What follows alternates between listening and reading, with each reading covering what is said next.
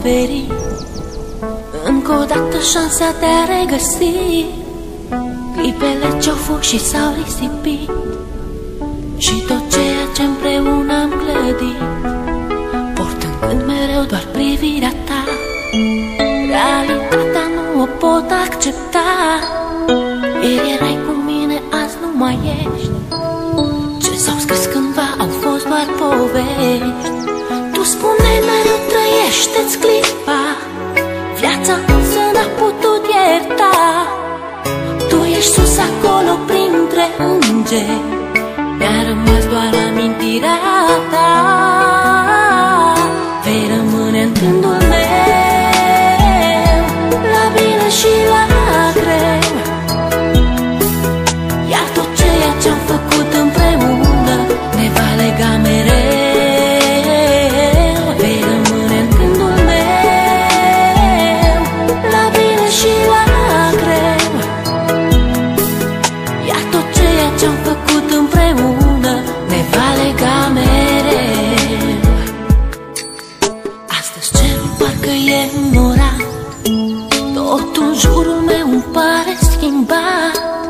Uneori viața e de neînțeles, ea nu iartă, iar tu nu ai de ales. Este ultimul tău drum, te-am pierdut, amintirea se așterne în trecut. Ieri erai un suflet nevinovat, astăzi îngerii din cer mi te-au luat. Parcă ieri trăiam speranțe și vise, parcă ieri aveam tot ce ne-am dorit. Tu spuneai că viața merge înainte, mă întreb oare chiar s-a sfârșit. Vei rămâne în gândul meu, la bine și la greu, iar tot ceea ce-am făcut împreună ne va lega mereu. Vei rămâne în gândul meu, la bine și la greu, iar tot ceea ce-am făcut împreună ne va lega mereu. Știu că mă auzi. Este poate ultima oară când te privesc în ochi, ultima oară când îți văd chipul, ultima oară când îți vorbesc. Lacrimile nu-ți pot șterge amintirea. Ai ales un drum pe care nu există suferință, nici durere.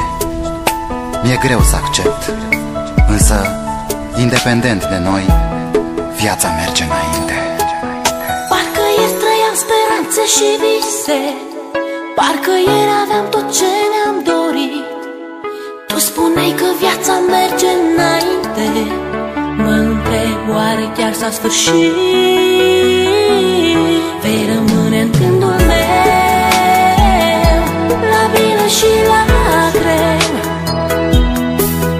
iar tot ceea ce-am făcut